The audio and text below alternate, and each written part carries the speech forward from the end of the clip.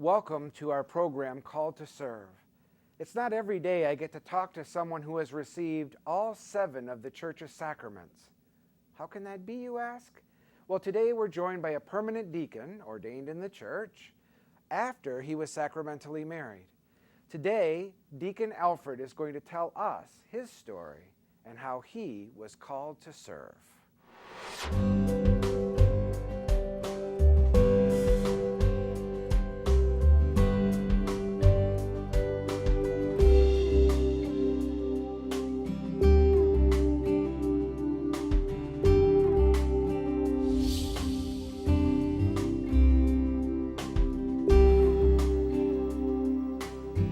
Welcome to our program Called to Serve. Today we're joined by Deacon Alfred Adams. He is a deacon here in the Diocese of Baton Rouge. We're excited to have him joining us today because we want to hear his story, the story of the permanent diaconate, and some of the ministry that he's doing right now in the diocese. Welcome, Deacon. Thank you. We're wondering today if you would share with us how it is that you felt the call, how God spoke to you to let you know you were called to the permanent diaconate and the ministry that you're doing now. Okay, I'm going to try to make this story as short as I can, but at how I was called. It's ironic that once I made what we call a conceal, that's when I kind of heard the call, and it was kind of like call. I thought it was to become a priest, but because I was married, I knew that was impossible. So, and I didn't know anything about the deacons in the Catholic Church at that time. So I kind of was wondering and asking God, why are you calling me to be a priest? That's impossible. I'm married. But little did I know, like I said, I didn't know anything about the deacons in the Catholic Church. And maybe 2 years later, a guy came up to me and asked me, you ever thought about becoming a deacon? I said, deacon here in the Catholic Church? He said, yes. So I began searching and finding out a little bit more about the deacons in the Catholic Church. And when I called, at that time, the deacon director was Deacon Jim Wax, and I went to him, and we started having the interviews. And in that interview, I remember him saying that, we may go through all these processes, we may do this, and you may not become a deacon. I said, I'm not worried about that. The call is for me to be a deacon. I know I'm going to be a deacon. Tell me what I got to do, and let's start the process. And so we began to do the process. But let me back up a little bit before. When I heard that call, I wanted to find a little bit more about it, so I went to my mom, and I said, Mom, tell me what kind of guy I was when I was young. And she said, well, you was quiet, because I knew I was different from all my other brothers. I had 4 other brothers. And my mom said, well, you used to come and sit on, your grandmother used to set you on her lap, both of them, my grandmother on my mom's side and my dad's side. And they used to read the gospel to me and sing hymns. And so that's when I said, okay, all right. So that's what I feel and believe. So, and then when I started reading the scripture, when I got to, in fact, the scripture passage this week from Paul to Timothy about the qualification of bishop and deacon, when I read that, I said, wow, Lord, now I heard you now. So I'm ready to go and pursue this. And again, that's when I started that. And when I began that process, I knew without a shadow of a doubt that I was going to become a deacon. I just wanted to try to hurry up and get it over with because, I had been out of school for a while and I didn't want to go through that. But I said, okay, Lord, if you call me, help me through this. And he did. And when I became a deacon, I was ordained September the 29th, which is the feast of St. Michael. And I was appointed at St. Michael. So all these things fit perfectly. I said, Lord, now I know without a shadow of a doubt, this is your call. But even in that call, I was kind of doubtful, because my wife was always sick, and I questioned God, Lord, if you called me, why don't you take care of my wife, because I got to back down on some of these things for my wife. But again, I went to my spiritual director, late Bishop Rip, Father Rip, he's deceased now, and he used to question me and said, okay, so what you're saying that after I tell him the story, he says, so God made a mistake. I said, no, he didn't make a mistake. He said, well, what's the problem? So he kind of just kept going and said, no, don't worry about this. What is happening outside of that, that don't have anything to do with God. Now, that's not the call. So he helped me to just keep focused on God is calling you, follow the path. Don't worry about all these other stuff because God's going to take care of it. And rest assured, he did. So, I continued the process. And when the late Bishop Art laid his hand on me, that's when I really knew this is what it's all about. And my wife, when I met to my wife and I told her, I said, I think God has called me to be a deacon. She said, you, a deacon? Because, for all, like everyone else, we always were just going to church and just doing our duty. So she was surprised, and when she said it was serious, she said, well, I'll back you up, but I'm not going to class. God is calling you to be a deacon, not me. And I said, yes. I said, at least I just need your support, because you got to be in agreement with that. And she said, I'll support you. I'm going to stay home, take care of the children, and you go to class. And she came to a few of the classes, but not all of them. And she was and still is a very, very supportive. Sometimes she's with me, sometimes she's not, because she'd much rather just doing her thing at home, being with the family, and just praying that, whatever God is calling me to go out and do. So my wife is very, very supportive in that. And my kids at that time was, I think my oldest was 15, 16, something like that. And when I came home, after that, he said, Daddy, what that mean? What we got to do? I said, no, since you become a deacon, how are they going to change it? I said, there could be no changes because you will get punished just like you used to. I will tell you to do this, and I expect that. So that's none of that going to change. You just continue being who you are and recognize that I got to do some things that is a little different from what it was, but I'm still going to be your daddy. Mm-hmm. So that works out good because they thought how they're going to affect us, and they adjusted to it perfectly well. And and basically my story is just I'm so excited that I said yes to God. And even when things are happening, extraordinary things, I said, Lord, I thank you so much. And the scripture passage come to my head saying, wherever St. Paul talked about, eyes have not seen, ears have not heard, all the wonderful thing that God has for those who trust and follow him. And Amen. So that's a thing that kind of gives me that grit to say, okay, Lord, good. I'm glad that I'm on the right path. And when I have my ups and downs, I always go into deep prayer, and some way, somehow, God always pull me to give me the grace, and the scripture passage come more to life for me to make me really enjoy and look at where I'm at. This is where God wants me, in spite of all the things that I have to go through day in and day out, that I'm still on the right path, even when it feels good and when it's not feeling good. You crunched a lot into that testimony. I'd like to unpack a few of the pieces, if you don't mind. Okay. Well, first of all, I'm really glad you talked about at the beginning the fact that the idea of being a deacon never crossed your mind, because one of our hopes with this program is to really highlight all the vocations, religious vocations in the church, that we have religious sisters, we have religious brothers, permanent deacons, we have priests and seminarians, so that oftentimes people don't give service to God a second thought or don't know their options. And so we're hoping that through this program, people will come to learn permanent diaconate, religious brother, religious sister, some of the different ways that people can be called to serve. And it's not just I can become a priest or not be to the service of the church at all. There's other options there. But I want to start with your grandparents. You talk to them, because I know a lot of the people who will be watching this are grandparents, and they worry about their grandkids. And they look at the world around them and say, how can I help them to have faith? How can I help them to love Jesus? How can I help them to stay in the church? So I want to talk a little bit about the example that your grandparents lent to you. You talked about them, really reading the Gospels to you and praying with you. And what did you see in their lives that really helped to lay the foundation for you? How did they really plant the seeds for you to make you strong in your faith so that you would be able to say yes to God? Well, because of their faith, it was, even in spite of the thing that they was going through hard time, they still was grabbing the Bible and read it. Mm-hmm. And when I would ask questions, it was, yeah, but how did this? Don't worry, God will make it work out.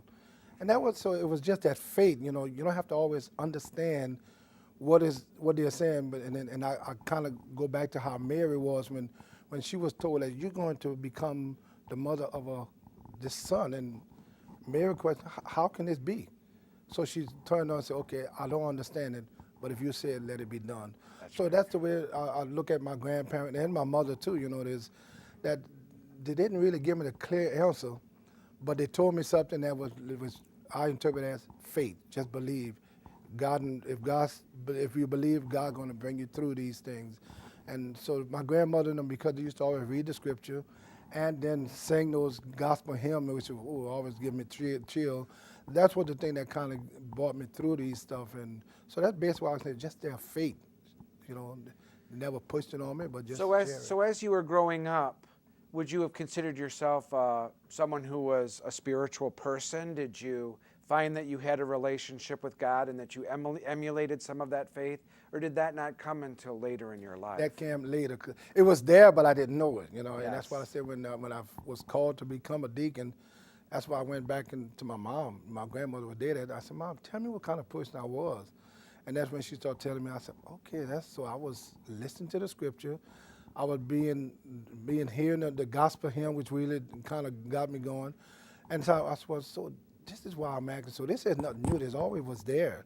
So when I come to find out who I really was, then I can go and put it to work, because I'm not moving on just what somebody said, but I'm moving from an experience that somebody said that helped me to look and recognize that experience.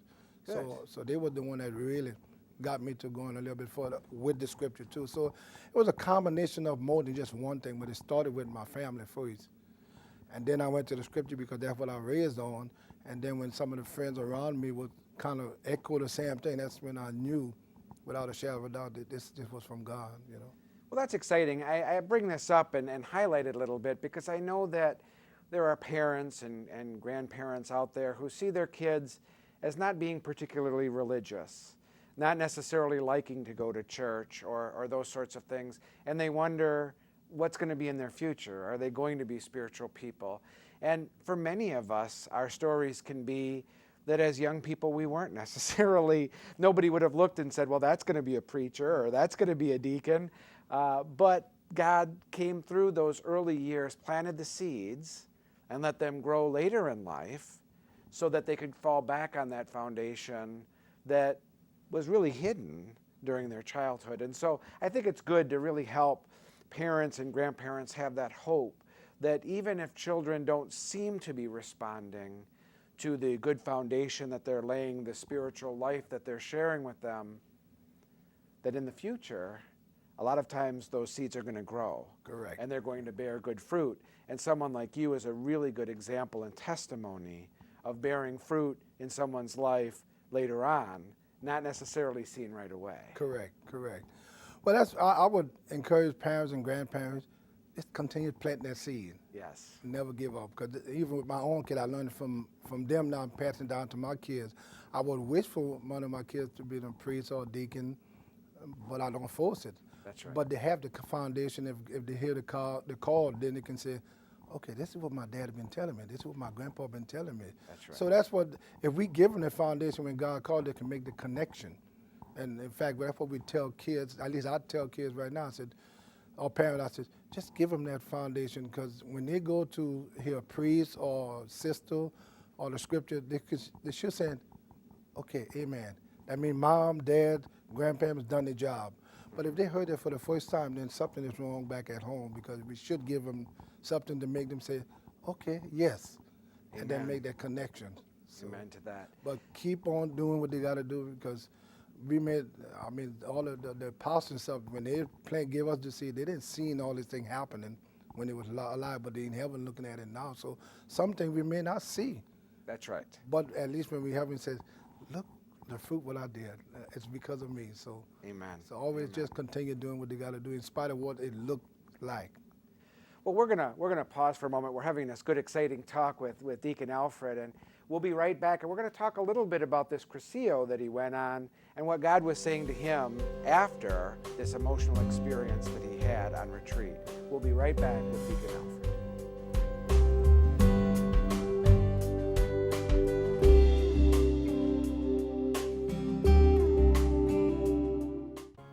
Hi, this is Deacon Jody Moscona. Join me for Catholic Life, ordinary people with extraordinary faith.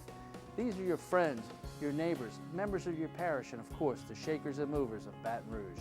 That's Catholic Life, ordinary people with extraordinary faith.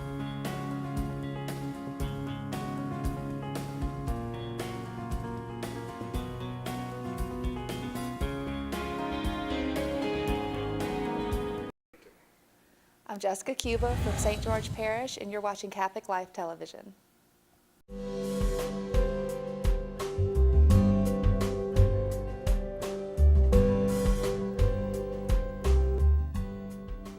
Welcome back to Called to Serve. We're here with Deacon Alfred Adams, and he's been telling us a little bit about his family background and some of the foundations that were laid. But you brought up an interesting event that happened at the very beginning of your testimony, this Crescio weekend. What happened there that really opened your eyes and made you say, I need to start pursuing God towards not priesthood, but then finally the diaconate? What happened on that weekend? Well, there's so many things that happen. First, it's like a 3-day walk with Christ, and you know, by you sharing with other people and stuff, and spending time in front of the Blessed Sacrament, a lot of stuff go through your head. And by the end of that weekend, that's when I can't remember when I said when to become a priest. I mean, God didn't say priest, but that's what I kind of interpreted as a priest. But we just calling me to be a minister. Mm-hmm. I guess that's the right word. And when I was coming home, I remember saying, boy, I'm going to go home and I'm going to do this and do that. And I said, wait a minute, hold up. Something happened to me in 3 days. I got to sit down and get this thing together. So I began to just start trying to understand what happened these 3 days. So I was just kind of searching and asking people. I got involved with the what they call it, the Men of the Sacred Heart, going to different homes and just saying the rosary and doing some scripture. And even there, some people would ask me, are you a priest? You know, so all those things was just kind of adding on. I said, no, I'm not a priest. But then after I would go back home and pray, I said, Lord, why these people ask me? You didn't call me not. Your leadership gifts were already beginning to Yes. show. So God was saying, I didn't make a mistake. Look how I'm speaking to other people. Look how the scripture talk. Your parents didn't talk, your grandparents, and now people on the outside talking. So it was almost, he was unfolding the thing, and I just had to make the decision because God never, at least to me, and I don't think he does it to anybody, make us do things. He put things in front of us, and we got to make the choice. That's right. And that's why I was able to, so that Crescio kind of started me off to start the journey off, and then, you know, to go into my parents and grandparents and stuff like that. So. Now, you mentioned your partner in ministry, your wife. Mm-hmm. And, you know, when she married you, she didn't know what she was getting into, that, you know, this guy is going to start looking towards ministry, and he's going to want to be doing more in the church, and our lives are going to change. And how did she walk through this process as well? I mean, for a permanent deacon who's married, the discernment is not just for one person, but for both. So how did this affect your relationship, and how did the two of you get through this formation process so that you both knew that this is where you were called to be? Well, again, I said when she said yes, it was easy, but then once she got in, and then she realized it's kind of had to get that balance on it. And I had to do a lot of telling people, no, I'm sorry, I can't do it because my family is number one first. That's right. I knew that, but yet I still wanted to go out and do what God wanted me to do. So I go in prayer, Lord, you called me to do this, and yet it caused a little bit of friction in my home. Why? You know. But again, God don't tell me anything, but by me asking questions, it began to make me start reflecting and saying, okay, there's two good things. You just got to bring them together, match them in. And God didn't show me how to do that, but I just had to do a little bit of research, reading, praying, and understanding. And then now it's working out perfectly. Again, my wife when I used to leave, I always said, look, you're always going. You always do. I said, okay, babe. And that's what I call her, babe. I said, look, I need you to help me in this. When I'm going too much, because you know I'm excited, I'm ready to go do God's work, but I want you to slow me down. Tell me, say, you're doing everything God told you to do, huh? You know, it's because sometimes I'm doing something because Alfred want to do it. That's right. So by you saying that, it's give me time to stop, reflect, and go into prayer. Then say, you know, I don't really need to do this. So she's part of that discernment to help you get that yes. balance and help you to live both your vocations as a married man and as a minister in the church, to live both of them to their fullest. Correct. And not just give one or the other all of the attention at once. Exactly. So it's that balance, you know, getting So that by balance. the time that you got to where the bishop is laying hands on you, you would say that she was 100% behind, fully supportive, excited about your future? She was, and ironic that she was not there because she had gotten sick, and so they taped it. But she was saying, "Oh, I wanted to be." I said, "Babe, you can't be there." And said, another day, I said, Lord, why you want to do this? You know, but again, we blame God for things, but God doesn't make things happen. But anyway, I said, well, good, I'm going. And my wife said, you just go there. Just try to get me a tape so I can see it. And so she was able to view it on a video, but she wasn't there at the ordination. But again, she was very, very supportive and always was and always will be supportive to my ministry, even though she's not there with me all the time, because at one time she thought that, you know, most of these other wives go with the deacon and do things together. And I said, no, don't feel that way. You know, you supported me, you backing me up, you was there with me in prayer, even though you're present. So that's all I need to know. When I'm going, I need to know that you're in prayer. That's right. Then I'm gonna make. But if you're not in prayer, if I'm wondering about you, then I can't function good at what I'm going to do. But when I leave home knowing that you're supported in prayer and not there with me, and then that's all I need to know. Then God can make the other stuff work out. So the bishop lays his hands on you, and now you're a permanent deacon. Where has God taken you from there? What are some of the ministries? What are some of the things that God's called you to do as a permanent deacon, so we can have a look at what permanent deacons do in the church? So what are you doing now, and what were some of the things that you've been called to do in your ministry so far? Well, I remember again in our interview that Deacon Wax said that, you know, if you come in here to think that we're going to make you a deacon, you may well walk out, because this should already be in the inside of you. So some of the stuff that what I'm doing as a deacon was there, but I couldn't do the sacramental thing, like preach, do baptism, and funerals, you know, without mass. So those are some of the things that I've been doing, and I'm excited doing that, because before then I used to work at the plant, and I found myself was doing a lot of trying to help people, but I had a job to do. So I had to stop doing what my heart wanted to do to try to do what my job was calling me to do. And even while I'm thinking about that, I'm thinking about the scripture passage that said, wherever your heart is, there's your treasure. My heart was not in doing that job of what I was getting paid for. My heart was in helping people. So after the bishop laid hands, I said, now I got a chance to do what I really want to do. In fact, I think 2 years after that is when I came and talked to Bishop Hughes at that time, or Archbishop Hughes, and asked him, do they have a position on the diocesan level that I can do? I would like to do ministry work, not the work out in the civil. And he was really touched. You know, I remember him saying, I think, I don't want to, I might quote it wrong, but saying, you know, it's hard, it's kind of ironic that a guy want to leave all the plan where you make big money to come into the church, because you can't make no money. Little money in the church. But I said, money is not the problem. I just want to do what my heart is. So, and he kind of encouraged me to say, well, we don't have, I remember saying, well, we got a position at the women's prison. And my heart said, oh, Lord, I done talked myself into something. Because prison, I don't mind visiting prison, but I'm not familiar with doing prison work. So now I told myself, Bishop, I promise to be obedient to Bishop Ott and his successor, which is you. And if you want me to go do prison work, I go do it. He said, no, what do you want? I said, that's not my gift. And he said, okay, well, why don't you just go and talk to your pastor? And I did at that time, and that's when I started pursuing taking Loyola course in pastoral ministry. And once I got that, and then I think 2 years later, that's when I became pastoral assistant in my parish. So mainly parish work. Parish work is what you've been asked to do so far. Right. Though I understand recently they've given you a little bit more responsibility. Talk a little bit about what the new title you've recently been given. Okay, the directive of Office of Black Catholic. When Bishop, well, we used to be Pastor Fobb, I was working with him for almost 14 years as on a board, advisory board. And when he left, he asked me, he said, well, look, I'm about to give this position up. Would you? I said, oh, no, not me. Of course, that's the way I always doing it. So just like the scripture, and when God called, we said, no, not me. Somebody else got to be much qualified. So he said, well, just pray on it. And I did, and I said, Lord, I can't tell you no, but please, you got to equip me with what you asked me to do. So I'm going to say yes. And I began, Bishop Bishop Shelton helped me with, to get going. They said, now, don't do what I do. You just go and do what God calling you to do. So he kind of freed me to go and do it.